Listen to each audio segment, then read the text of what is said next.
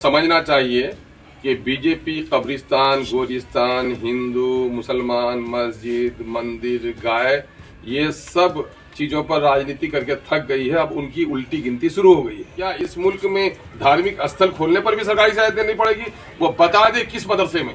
ये मुसलमानों के साथ ये समझिए कि ये उन्माद फैलाने वाला बयान है कि हमारी मस्जिदों को और हमारे मदरसों को निशाना करके उन्होंने ये बातें कही हैं। और बीजेपी की उल्टी गिनती शुरू हो गई है।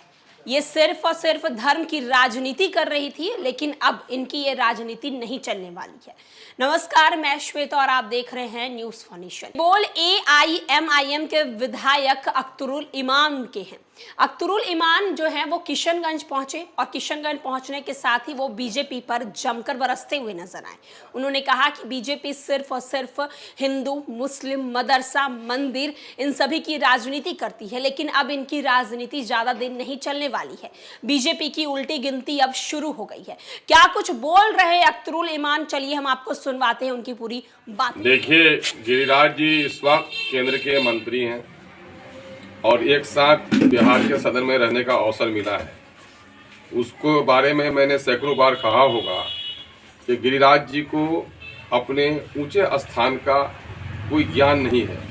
ये गली के बच्चों की तरह बयान दे रहे हैं और उनको समझना चाहिए कि बीजेपी कब्रिस्तान, गोरिस्तान, हिंदू, मुसलमान, मस्जिद, मंदिर, गाय, ये सब चीज़ों पर राजनीति करके थक गई है। अब उनकी उल्टी गिनती शुरू हो गई है और खुद ये डूबती हुई कश्ती है और इनका सफ़र तो डूबने वाला सफ़र है।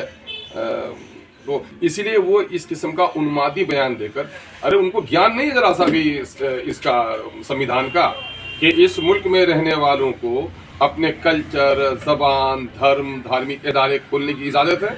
क्या इस मुल्क में टीकी रखने पर, टीका लगाने पर, टोपी पहनने पर भी सरकार से इजाज़त देनी पड़ेगी? क्या इस मुल्क में धार्मिक स्थल खोलने पर भी सरकारी सहायता देनी पड़ेगी? वो बता दे किस मदरसे में। ये मुसलमानों के साथ ये समझिए कि ये उन्माद फैलाने वाला बयान है कि हमारी मस्जिदों को और हमारे मदरसों को निशाना करके उन्होंने ये बातें कही हैं और कही है कि सरकारी आदेश के बाद ही खोला जाएगा।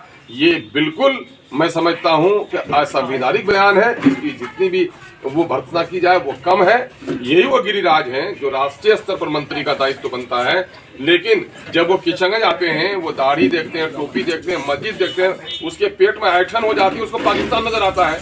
भाई, हिंदू, मुस्लिम, सिख, ईसाई आपस में सब है भाई भाई, यही तो हमारा देश का मौलिक वो है भाई। तो इस तरह से उन्होंने ये बयान देकर बड़ा समाज में लोगों को तोड़ने का बयान दिया है। इसकी मैं निंदा करता हूँ।